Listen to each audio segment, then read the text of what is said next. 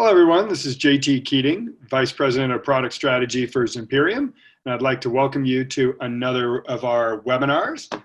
And this webinar is a follow-on, actually, of one we did last week, where we talked about the relationship between MTD and UEM solutions.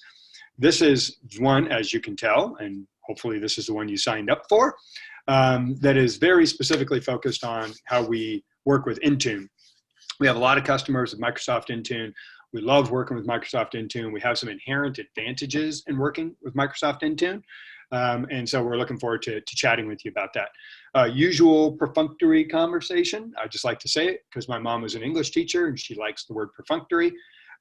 This will be about 20, 25 minutes. And at the end, we'll have Q&A. If there is no Q&A, we don't make it up. We're not one of those companies. We'll give you some time back. There will be an archive that's up and available. And then there will also be slides available if anybody would like. And then please follow us on social media. All sorts of things happening in mobile security these days. And we are the kind of preeminent voice on all sorts of issues having to do with mobile security, mobile risks, mobile threats, et cetera. So follow us on LinkedIn, follow us on Twitter, Facebook, et cetera. So with that, let us dive into a specific conversation about how MTD and a very specific MDM, EMM, UEM, all kind of tied together, and that is specifically around Intune. So first things first, a lot of folks just kind of need to get their head around this. 60% of the endpoints accessing a typical enterprise today are mobile, meaning 60% of the endpoints that are accessing data, accessing networks, et cetera, have no visibility on them as a general rule today. All the places we've invested, all of our security has been on traditional endpoints, which now represent about 40%. And the simple fact is this. Let's say you're a doctor, you're a Sawbones, right? You have to deal with HIPAA. If you've got patient data that's sitting on a laptop, it's no different if you have that same data sitting on a tablet. You have to be able to detect any threats against it. Otherwise, you're out of compliance with HIPAA, for instance. So the simple fact is an endpoint is an endpoint is an endpoint. And today, mobile is the new endpoint. Obviously, you guys probably have an understanding of that. Otherwise, you wouldn't be on this webinar, clearly. So, but are they under attack? I mentioned, the fact that there's all this information out there. We talked about our social media follows and that we're the voice on this. People are like, well, how many security breaches have there been that started with mobile? Well, the bottom line is until you put visibility on the 60, it's going to be kind of hard to track. But as we level set, we have thousands of customers, tens of millions of endpoints around the world, 100% detect mobile risks and mobile threats, 100%. So is it real? Absolutely. I was I'm at a conference and I saw a gentleman from FedEx this morning at Starbucks, and I was telling him that I always use the FedEx logo as an example when I talk about this page. Once you see the arrow, once somebody points the arrow out in the FedEx logo, you can never unsee it. Every time you look at the logo, there's the arrow. Once you start looking and thinking about mobile security and mobile threats and mobile attacks, you can't unsee it. It is everywhere and every day. So again, our social follow will help you cut through some of the clutter as well. Not only will we let you know about some of this stuff, we won't spend a lot of time on stuff that's just noise and nuisance. But the bottom line is attacks are now very, very commonplace and we need to deal with them. It's important when you stop and look at this. In almost every mobile security deal right now, when I'm talking to folks and our team is talking to folks, there's quite often mobility folks that are trying to learn security and security folks that are trying to learn that there are differences architecturally on mobile that lead to different attack vectors. So for the mobility people, or for the security folks, and I'll start with them, I say, look, here's some time-tested security adages that still apply to mobile. So as you start looking at doing mobile security as a new endpoint, these things still apply. Two that really matter right now for this conversation. One, land and expand. The bad guys will always find the weakest link in and then make their way in. Right now, mobile devices are that weak link. They are in the hands of users as the admin. There is no central patch management system or anything. They spend 80% of their time outside of the billions of dollars of network security that we've already spent on. They decide what networks are going to connect to. They decide what apps are going to download. It's a bit of a disaster. So it's land and expand the mobile, and then by the way, they walk back into the corporate network and connect. So they are the perfect Trojan horse, literally, vehicle to go after. The second time-tested security adage is persistence. The bad guys are very good at what they do, and they have a business plan, and they want to maximize the return on the investment of compromising any device for as long as they've been doing this. If they take over a server, quite often the servers or the desktops that are in an environment that appear to be the cleanest, that are totally patched and that have antivirus signatures updated, whatever they can, have already been compromised. The bad guys will actually do whatever they can to hold that piece of dirt for as long as they can so they can continue to expand. That still applies in mobile. But as we go to what's different in mobile, one of the things that's different in mobile is the fact that all apps are in containers. And since all apps are in containers, you can't be persistent in weaponizing a mobile device by staying in the container. The only way you can be persistent on mobile is to actually compromise the device or actually elevate privileges. So unlike traditional endpoints where antivirus malware can come in and go sideways and live and persist by playing with other apps, you must elevate privileges or compromise the device in mobile in order to be persistent. That is the goal. There are three primary ways to get to it. Malicious apps. Our job at Zimperium has always been to protect enterprises. Hence the reason we're talking about an enterprise solution with Intune. So malicious apps are a consumer problem first and foremost. They can get all the attention. Everybody talks about them. Simple fact is malicious apps by themselves are nothing more than fraud, and they're untargeted. So they're not the primary attack vector that bad guys use against enterprises. They can deliver an exploit, but it's almost kind of accidental. Mobile phishing, real problem. 90% of breaches start with a phishing attack. 2/3 of corporate emails are read on mobile. But then also, so are personal emails, so are texts, so are messaging apps. Those things are totally outside of any corporate phishing protection. And it's much easier to trick somebody on a small phone than it is on a big screen. So mobile phishing is a real problem. And again, as soon as it processes a page, not only could you give up credentials, as soon as the browser starts processing that web page, it could deliver an exploit to compromise a device. But as a general rule, phishing, not spear phishing, but phishing is untargeted. The real issue is a network attack. This is totally different than traditional endpoint security guys, okay? The idea of not being able to trust the network is foreign to us for corporate networks where we spent billions of dollars on network security. But simple fact is, if I'm targeting XYZ company and I'm a smart hacker, the most efficient, cleanest way to do it is to put up a fake Wi-Fi network in an office directly across, or a coffee shop directly across from that office. Wait till somebody's phone connects to it, because as smart as smartphones are, the dumbest thing is the phone talks to the network, not the other way around. So the phone literally walks around and goes, hey, you Starbucks? Hey, you Starbucks? Hey, you Starbucks? All the network has to do is say yes, and it connects. And the reality is 9 out of 10 targeted attacks, 90% of targeted attacks begin with the bad guy controlling the network. So they actually control the network, compromise the device. Now, the reason I say control the network is we've known from the very beginning, if the bad guy controls the network, he will decide where you're going to go. If we did all of our detection in the cloud, like some folks do, the first thing the bad guy does is completely cut off access to that cloud. So we knew from the very beginning. Now Gartner and company are really paying attention to it. You have to do all of your detection on device. So we have one engine, it's called Z9. It detects these 4 attack vectors, machine learning based, even unknown attacks. The machine learning training is done up in the lab, but then the actual detection is done on device, very quick, very lightweight, doesn't burn battery, doesn't burn network, because you're not sending crap back and forth to the cloud. Crap is a technical term, I apologize. But we do all this detection on device. Z9 can be rolled out one of two ways. If you're protecting device 100% of the time, it's a product called Zips. That is like EPP, EDR for mobile.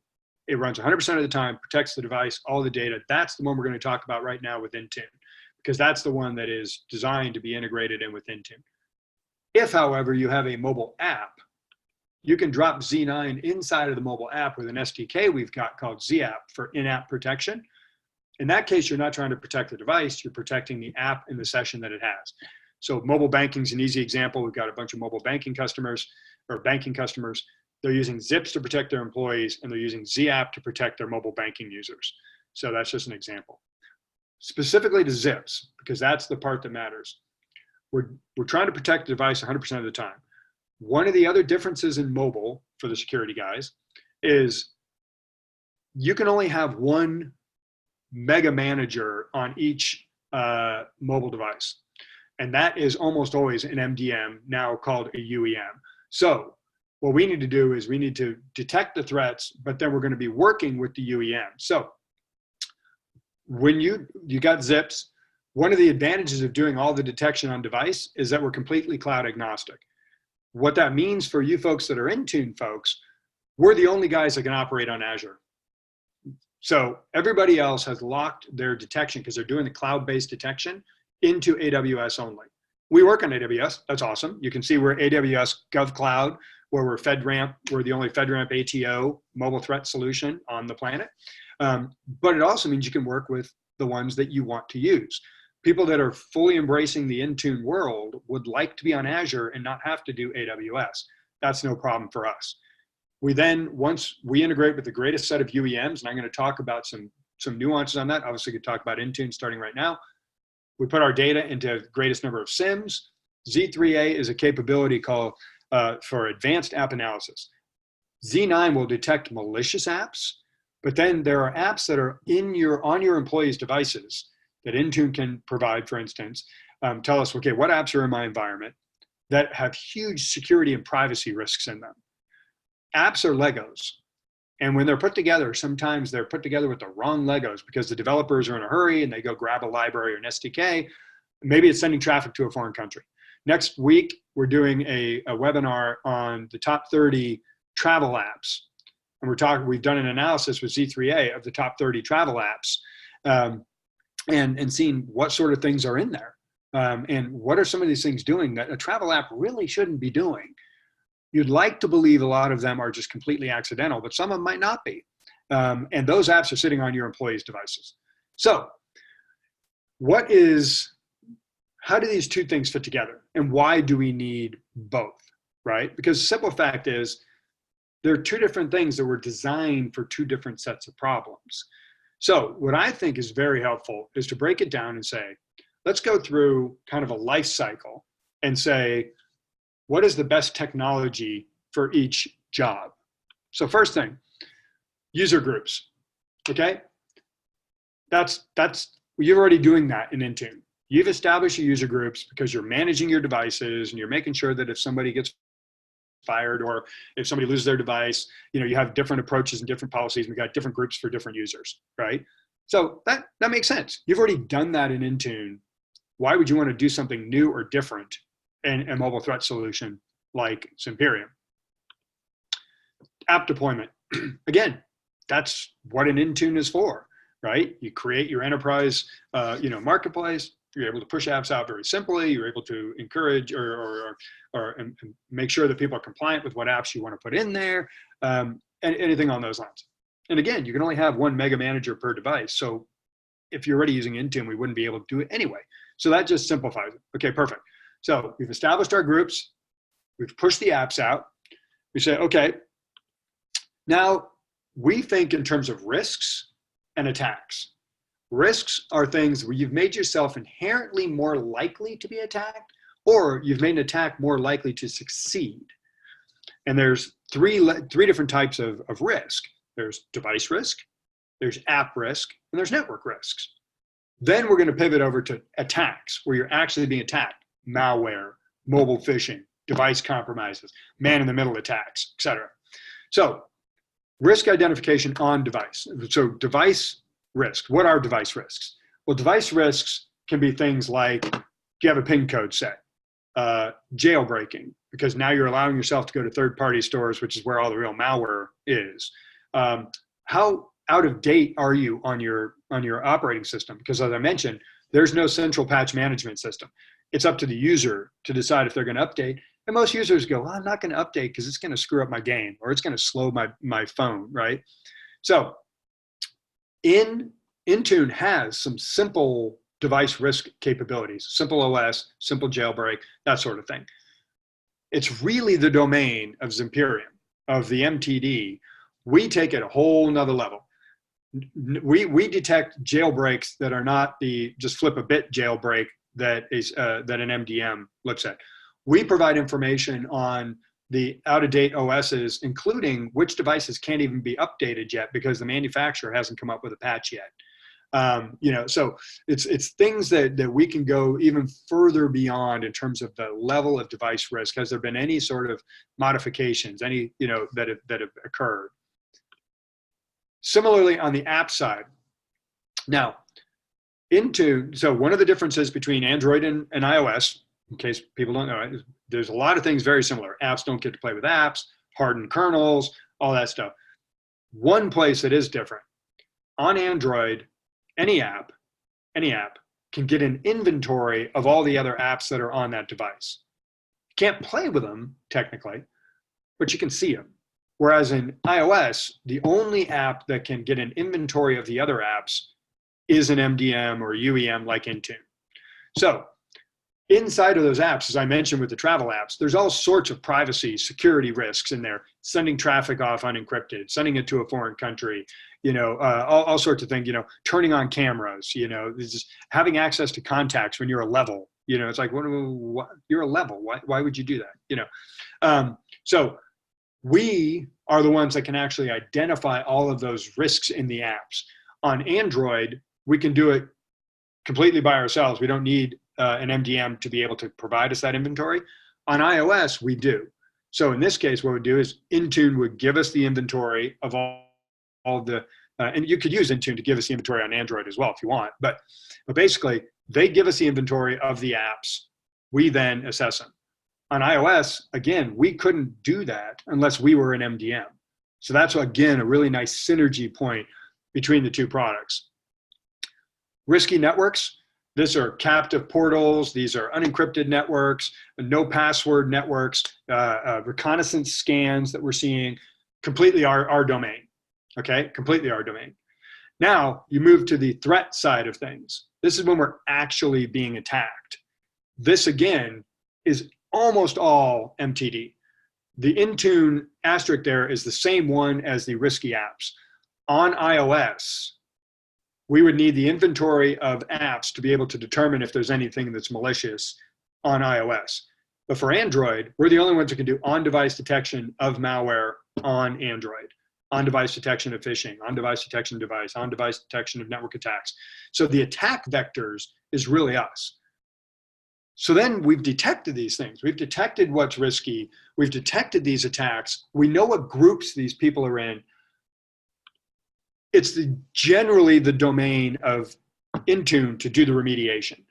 So what ends up happening is, as we dive into it, we establish these policies by groups. And then when we establish these policies by groups, we then say for each of these attack vectors, and this is just a quick snapshot of one particular one. You can see it's an Intune environment. And here's all these variations of device, network phishing, and app attacks. For this particular group, what action do we want to take? What mitigation action? Do we want to notify the user, et cetera?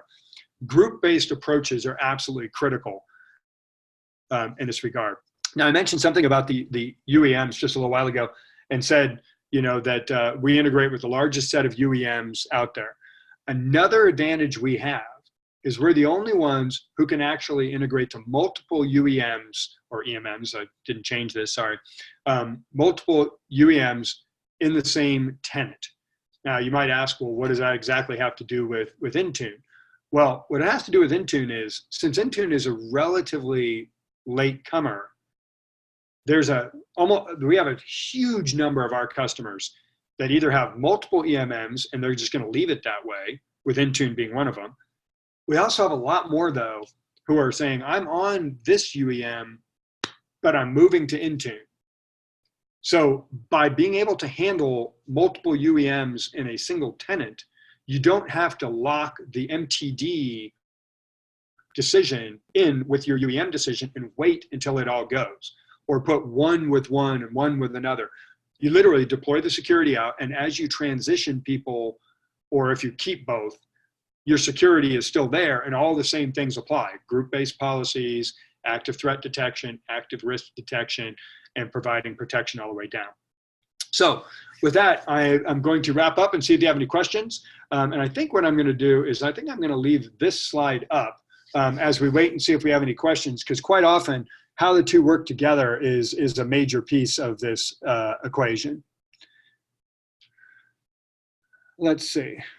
Okay, so here's the one question that came in, and it said, you said that on iOS, only MDM app can see other apps, and this does not apply on Android. What about Android Enterprise and containerization? Don't you think this is the case? Apps are separated. Don't you think that in this case, apps are separated? Oh, okay, so I think I'm following your question. What he's talking about is Android Enterprise is actually, I think, pretty cool. Android Enterprise, if you think containerization is still containers, right? Apps, every app is in their own little container, but then if you do something like Android Enterprise, it basically creates an enterprise side of apps, and then there's the personal side of apps, right? In that case, you can't really see the personal side if all you're doing is focusing on the enterprise side, and that you're completely correct on that part. Now, the reality is, part of the reason why people use us for Android Enterprise, when they use Android Enterprise as an approach, and there's similar kind of approaches, people can do something on the personal side. So a lot of times I put up a picture of a container ship, right? And it says, here are all these little containers, and those are the apps, and then you've got the container ship. If you came in on the personal side, maybe it was a personal email or whether it was a personal app that you installed, that app can compromise the device, i.e. take over the ship. In that case, any protections or any management, anything you've got on the enterprise side is still exposed. So you need to have protection on both sides. Now, in that case, would we necessarily see the malicious app on Android? Yeah, we would, even the personal side, because we can do that inventory. And then the device compromise we would see clearly, because that's the number one thing that we detect. So hopefully that answers your question. But if not, please, let me know. Next question, is Jamf and Google MDM vendors in addition to Intune that can integrate with Zimperium? I think if you're asking about some of the other Google MDM vendors, it probably would be a good conversation for us to have offline to figure out exactly which one you're talking about. The list that we've got right now that are ones that are, fully GA'd and fully supported and everything is on that other slide that I can go back to here if you'd like.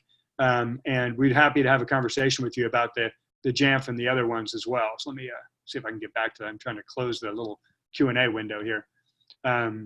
So this is the current list of ones that are fully supported.